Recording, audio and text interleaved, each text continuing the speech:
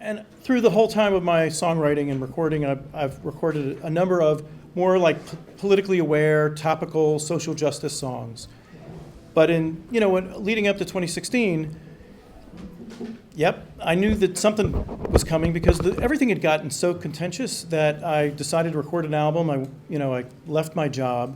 I'd worked in tech for 30 years, and I recorded an album in Nashville. And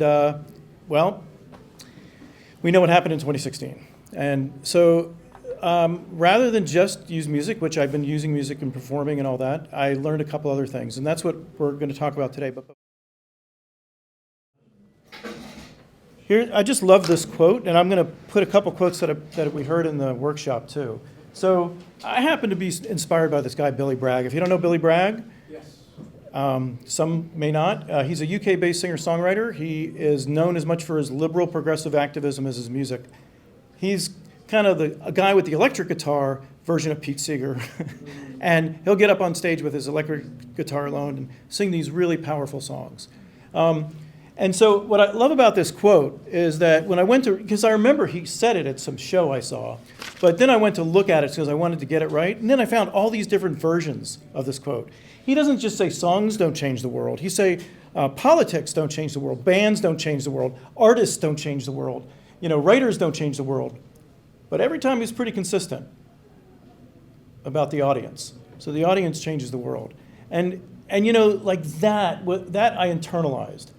That was kind of like when he said that a couple years ago when I saw him at Hardly Strictly Bluegrass. I was like, that is exactly right. We can provide, music is extremely powerful. Music, it distills complex thoughts, and it helps you internalize those thoughts. It can, with some songs they're a narrative, and you can create empathy, and some songs are, kind of rousing, and you get behind them. But no matter how great your song is, you need the audience. You need the audience to do something, and that's kind of the spirit of what this thing is that I'm going to do. So the first thing I'm going to do is give a little background about how I came up with this idea and what I did, and then I'll talk about the grassroots activism. I'll give you my version of what's happening now. And I think that's good as a roadmap, kind of looking at what's happening. Come on in, please. And then I'll talk about this thing called barnstorming. Now, if you were a grassroots activist from the 1920s, you probably would have heard of grassroots, barnstorming. And so I'll talk about how barnstorming has been optimized. So barnstorming, essentially, it's just taking a group of people, and guiding them to the next step. And that's what I'm suggesting that we do. So, and then I'll talk about this idea that I have to promote this idea of barnstorming in shows.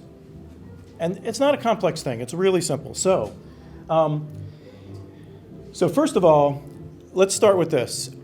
All these things that we talked about, justice, equality, taking back these core concepts that are so important for us. Healthcare, gun violence and gun control legislation, climate change, economic justice. All of these things, that's the only way you can make progress with all these topics together. And I say make progress, not fix them, but make progress, is by electing the right people. We have absolutely seen electing the wrong people sends us backward. The Democrats won control of the House of Representatives in 2018, and that's a great thing, but they had to overcome between 10 and 12 percentage points of voter suppression and gerrymandering. Those issues are endemic in what we face today in all elections. But the good news is we were successful. We were hugely successful. And not only did it help the House of Representatives, but we won about 300 state legislative seats across the country. And the importance of that we'll talk about now, because the next topic is around the census. So we're about just a year ahead of the 2020 census. We have only the next two election cycles, one election cycle in November, which is, we'll talk about more, state legislative races are going on, and then 2020. And then, once the census happens, whatever decisions get made in Congress and the Supreme Court because of the census, districts are going to be redrawn for both state houses and Congress. And then we will be stuck with the gerrymandering that gets done in that cycle for a decade. What we experienced this last decade is we lost about 1,000 seats. The Democrats lost about 1,000 seats from the time Barack Obama got elected. And the implications of that, so let's talk about the combination of voter suppression and gerrymandering. Politicians have safe seats. And with safe seats, they have power. And when you have power, you get corrupted. So they're basically, you see extremism, the extremism that we see with women's reproductive rights, with the lack of passing gun control laws, with crazy bathroom bills. I mean, all that is happening right now because of what's happening in these gerrymandered and seats across the country. Okay, so to summarize that, we have to do something. So what I did is, back in October of last year, I decided I was going to do a little tour in Florida. And what I did is I decided I'd play music. I would find state legislative candidates that I would talk to, that I would invite to speak after I would play. And then we would actively recruit from the audience for volunteers for their campaigns. And it was a test. And it was, I think, some of the most fun I've ever had. Because I got to go do the thing that I love the most. I got to find a new audience.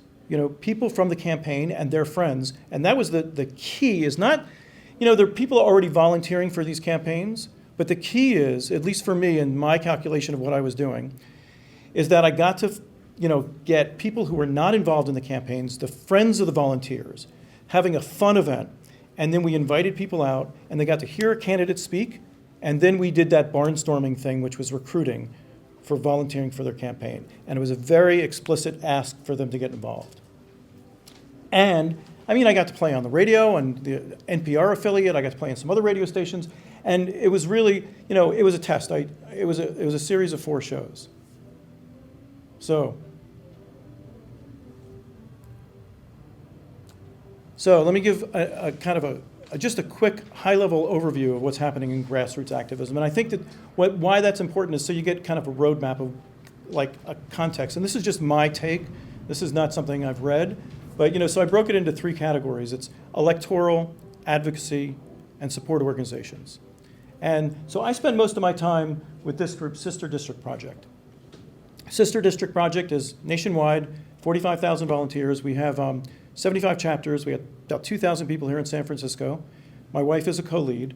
And we focus on winnable, strategic state legislative races. Basically what we do is we take people who live in areas like San Francisco and we match them up with races that we can win and races that we can potentially maybe flip a chamber of a state legislature.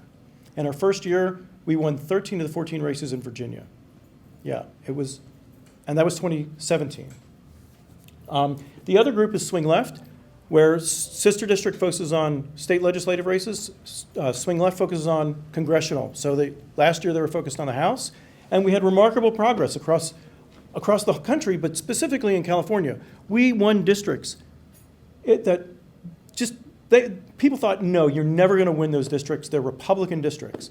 Well, it turned out they were not. And the numbers showed that they were not. It's just that the people living in those places didn't know that there were more Democrats than there were Republicans living in those places. So we had to go talk to them. And so we won. That's how we won all those districts. The 7 districts that we won in California, that's how we won them. We got people knocking on doors, making phone calls, sending them postcards, sending them text messages, and that's how you win. So then the next kind of group is advocacy. And the group that's important, at least right now, is Indivisible. So Indivisible, they came up with this idea that they would document in an online guide what the Tea Party did. It was a bunch of congressional staffers that did this. And then they wrote this guide, they put it up online. Right after Trump got elected, it got downloaded 6 million times. And out of that, more than 6,000 different groups across the country formed around this indivisible idea. What they do is they hold elected officials accountable. They go meet with someone and they say, hey, there's this thing that you said you were going to do during the election, you're not doing it, we need it done.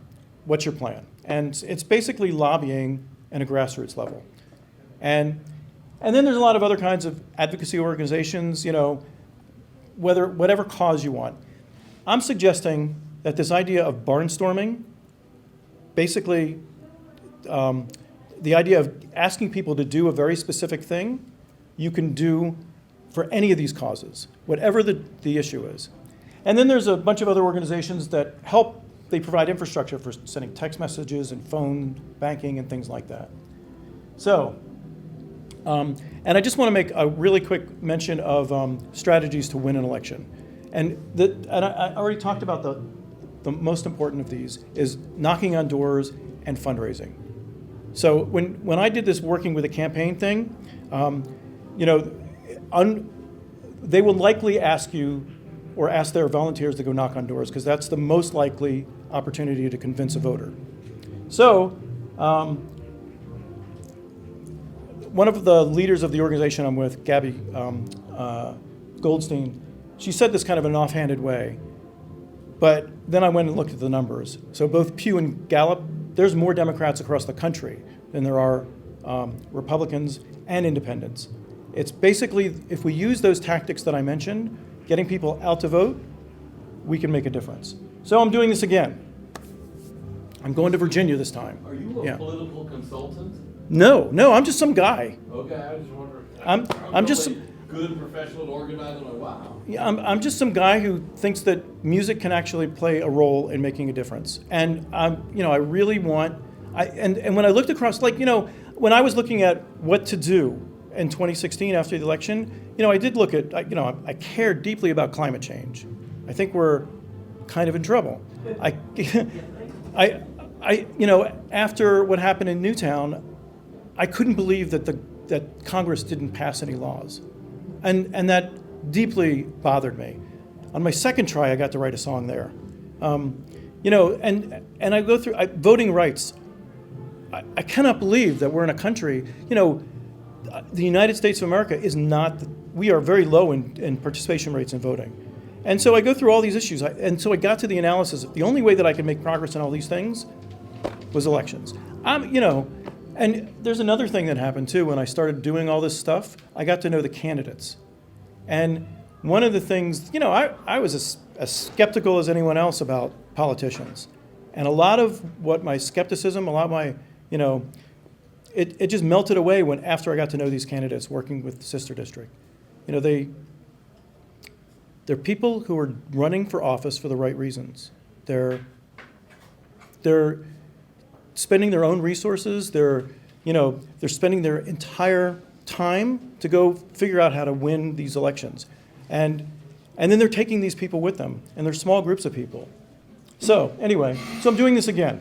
I'm going to Virginia. And the reason why I'm going to Virginia is because we didn't finish the job there. We're a couple seats away, 2 or 3 seats away, both in the upper and the lower chamber. And so far I have 9 shows scheduled. Each of those shows, it'll be me playing. I'm going to go play with my buddy, John, who plays bass. And then a candidate will speak. About how long do you do it for? 15 minutes? No, a 40-minute set. Oh, a full set? Yeah. Okay. And a matter of fact, some of them are going to be a little longer because I'm actively recruiting local musicians and local performers to come with me. So I find someone who has some really good social justice songs or that's something they care about, or musicians who are just really well known or really good, and I'm inviting them to come along. We got about 40 minutes of music and then 10 or 15 minutes. 10 or 15 minutes for the candidate? And then it's another, whatever, call to another 20 minutes after that in terms of, just start. Yep, I think it's about 20 minutes after that. So I think the whole thing, About an hour and a half. an hour and a half to 2 hours. I think at max it's 2 hours, depending on how long the initial presentation is, like the initial set. So, and hey, if it's longer and more fun and it's going well, you just have to manage it. So that's exactly where I'm going with this. And so I think that this Face the Music Collective is a collective of creative activist is what the term that, Okay. so it's not just me who's doing this, but there's a small group of us, and we're targeting the 2020 election. Okay. We're figuring out, and it's got to be well before, right before. Exactly. It should be right now. It should be, well, it should be, we should be doing this around Let's form the network. a year, yes. So we should form the network Form the now, network. and then we should start helping candidates August through September, October.